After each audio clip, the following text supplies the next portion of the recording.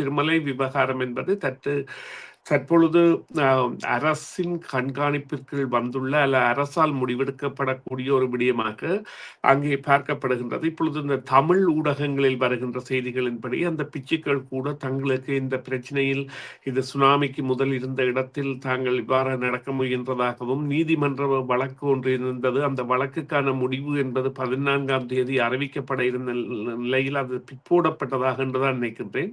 பௌத்த தீவிரவாதத்திற்கு எதிரான நடவடிக்கைகளுக்கு என்கின்ற ரீதியில் தான் இருக்குமே ஒழிய தமிழர்களிடையே தற்பொழுது தீவிரவாத போக்கு என்பது இல்லாமல் தமிழர்கள் தற்பொழுது இந்த ஆட்சி அலைகள் இணைவது அல்லது ஒன்றுபட்ட இலங்கைக்கு எவ்வாறு பயணிப்பது என்பதில் தான் கவனம் செலுத்துவதை காணக்கூடியதாக இருக்கின்றது.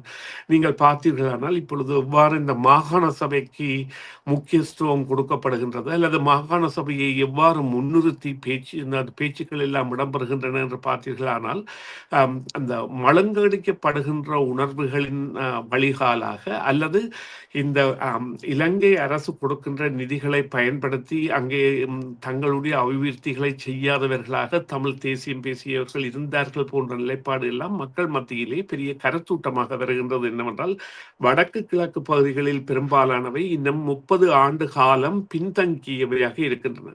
இது குறித்த மக்களின் கருத்துக்களும் மற்றும் இந்த புலம்பெயர்ந்த தேசங்களில் இருந்து செல்வோர் செய்கின்ற முதலீடுகள் மற்றும் அவர்கள் செய்கின்ற பொருளாதார மேம்பாடுகள் போன்றவை எல்லாம் அங்கு பல கேள்விகள் எழுப்பி இருக்கின்றன. என்னவென்று சொன்னால், நீங்கள் இலங்கை அரசின் கட்டமைப்பிற்குள் உள்நுழைந்து பயணிக்கின்றீர்கள். அது மாகாண சபை, நகர சபை, கிராம சபை, பாராளுமன்றம் என்று. ஆனால் அங்கே அவர்கள் பாதீட்டுகளின் மூலம் வரவு செலவு திட்டம் மூலம் கொண்டு வருகின்ற தொகைகளை நீங்கள் எங்கள் பகுதிகளுக்கு எடுத்து செலவழியுங்கள் என்கின்ற